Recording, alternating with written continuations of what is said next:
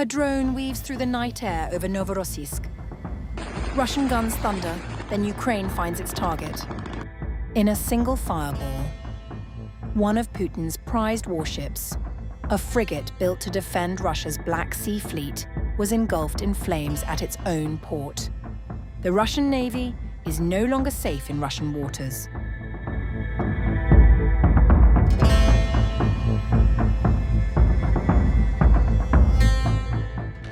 A warship in Russia's crosshairs, drones slicing through Black Sea air, then fire, and then silence. Ukrainian drones struck one of Russia's most significant naval vessels in the Black Sea on May 23rd, with footage showing a sustained assault that left the frigate Admiral Essen engulfed in a massive explosion at the port of Novorossiysk. The Admiral Essen is a Project 11-356 frigate, 410 feet long and crewed by approximately 220 personnel. Ukraine's unmanned systems commander, Magyar Brovdi, confirmed the operation on Facebook, leaving little ambiguity about the intent. He said, "You are doomed to sink one day, you scab, you will not hide." Dramatic footage shows Ukraine targeting the Russian warship, causing massive damage to one of Vladimir Putin's major vessels. A Ukrainian drone dodges thundering Russian defenses before a massive blast rocks the prized warship. The May 23rd strike was the fourth reported Ukrainian drone attack on the Admiral Essen since early March, according to Ukrainian media outlet United 24.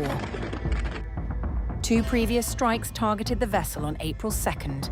A third followed on April 6th, and all reportedly caused considerable damage before this latest and most dramatic assault.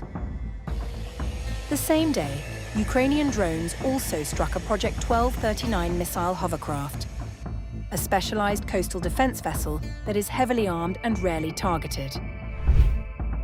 The attacks come as Ukraine has dramatically escalated its drone campaign against Russian naval and energy assets, extending its reach deep into Russian-controlled waters and territory. It also comes amid growing debate inside Russia over the cost of the war. Also on May 23rd, Russian film director Andrei Zvyagintsev, whose new film set during the Ukraine war placed second at the Cannes Film Festival, used his acceptance speech to address Vladimir Putin directly. Millions of people on both sides of the line of contact now dream of only one thing: that the massacres finally stop. And the only person who can put an end to this meat grinder is you, Vladimir Putin. Put a stop to this carnage. The whole world is waiting for this.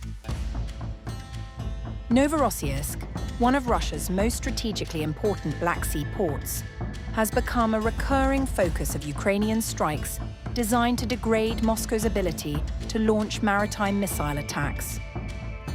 The footage released this week confirms the scale of the latest strike on the Admiral Essen, showing successive impacts followed by a large orange fireball rising from the vessel.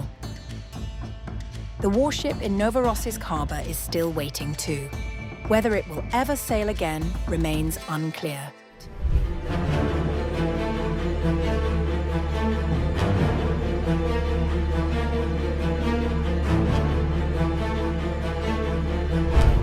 Ukraine said it has destroyed a major Russian military command facility in occupied Luhansk using British-supplied Storm Shadow cruise missiles, while Moscow is now threatening fresh retaliatory strikes against Kyiv and what it calls Ukrainian decision-making centers.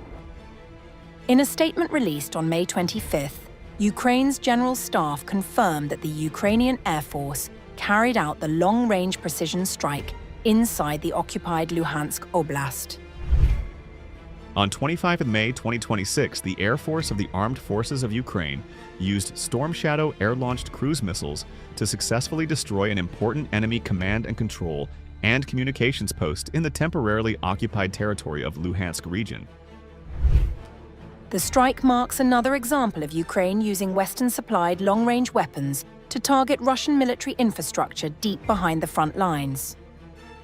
Storm Shadow missiles, provided by the United Kingdom, are designed for low-altitude precision attacks against fortified targets and can reportedly strike at ranges of up to 560 kilometers, depending on the variant.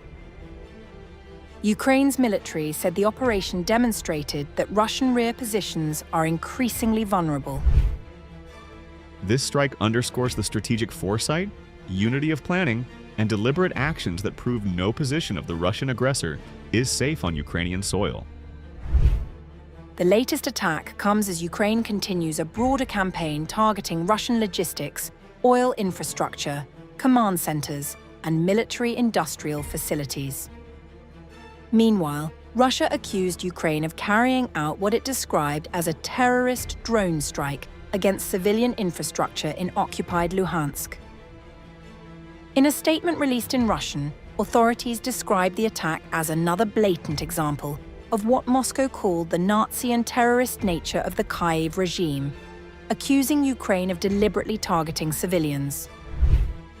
The bloody drone attack carried out overnight on May 22nd by Ukraine's armed forces on a college academic building and dormitory of the Luhansk State Pedagogical University in Starobilsk, LPR, is yet another blatant example of Nazi and terrorist nature of the Kyiv regime, which deliberately targets civilians and does not stop short of the cold-blooded killing of children. Separately, Ukraine's security service reported a successful drone strike against the Vtorovo oil pumping station in Russia's Vladimir Oblast.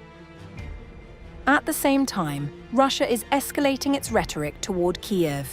According to the Ministry of Foreign Affairs of the Russian Federation, Russian Foreign Minister Sergei Lavrov held a telephone conversation with US Secretary of State Marco Rubio amid escalating tensions over the war in Ukraine. The Russian Foreign Ministry said that Lavrov informed Rubio that Moscow would begin strikes targeting what it described as Ukrainian decision-making centers. Following the call, the Russian Foreign Ministry issued an official readout stating that Russia would launch a series of systematic strikes against Ukrainian defense industrial facilities in the capital. All of this has exhausted patience. In the current circumstances, the armed forces of the Russian Federation are beginning to carry out a series of systematic strikes on facilities of Ukraine's defense and industrial complex in Kyiv, including specific sites involved in the design, production, programming, and preparation for the use of drones used by the Kyiv regime, with the assistance of NATO experts responsible for supplying components, providing intelligence and targeting. Strikes will also target. The Russian ministry also said Lavrov urged the United States to ensure the evacuation of diplomatic personnel from Kyiv ahead of what Moscow described as future systematic and consistent strikes. The warning came just one day after Russia launched one of its largest missile and drone attacks on Kyiv, including a strike with the new Oreshnik hypersonic missile. Moscow claims the planned escalation is retaliation for the strike in occupied Luhansk. Russia said a dormitory had been hit, while Ukraine maintains the target was a Russian drone command facility. Despite the threats, European diplomats signaled they would remain in Kyiv. Katerina Mathanova, EU ambassador to Ukraine, in an ex-post said, Russia again threatens diplomats and foreigners, urging us to leave Kyiv. But we are not going anywhere. Russia wants fear, panic, isolation of Ukraine. It will not work. The European Union is not going anywhere. We stay in Kyiv. We stay with Ukraine. Ukraine's Foreign Minister Andriy Sybiha also rejected Moscow's warnings and called for stronger Western support. We are currently telling our partners that there is no need to give in to this Russian blackmail. We have been through all of this before, and we know when he, Russian President Vladimir Putin, amps up this rhetoric. That is, he escalates, tries to influence this so-called Western mentality, whether it's nuclear threats or joint exercises on the territory of Belarus. This is his way, once again, of mocking all peace efforts. The latest exchange underscores the growing long-range dimension of the war, as both Ukraine and Russia increasingly target strategic infrastructure and command networks far beyond the front line.